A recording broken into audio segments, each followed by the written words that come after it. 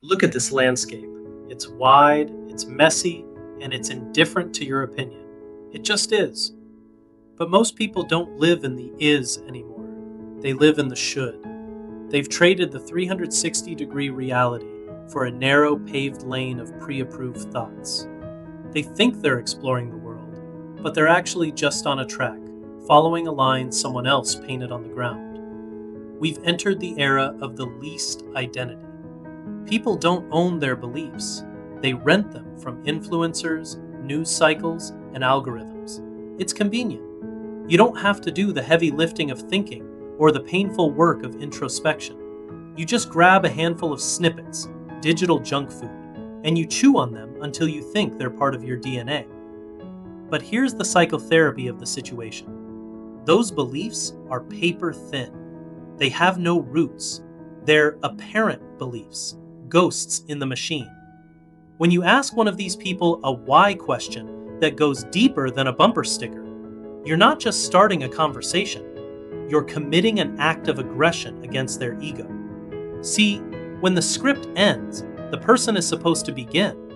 But for many, there's nobody home. There is no fundamental truth beneath the slogan. And that realization? It's a psychic void. It feels like falling.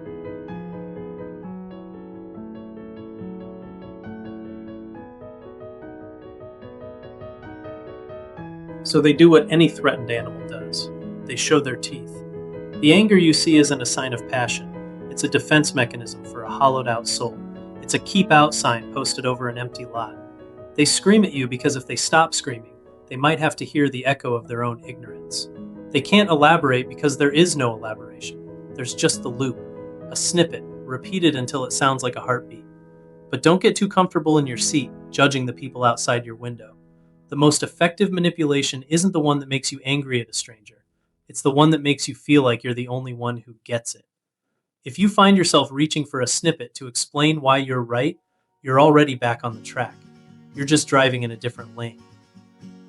The fundamental truth doesn't come in a notification. It doesn't fit in a headline, and it definitely doesn't care about your ego. It's out here, in the quiet, in the 360-degree view of the things you've been trained to ignore. So next time you feel that heat rising in your chest because someone asked you to explain your truth, don't yell. Just look at the dashboard, check the GPS, and ask yourself, who actually programmed this route? And more importantly, do you even know how to get home without it?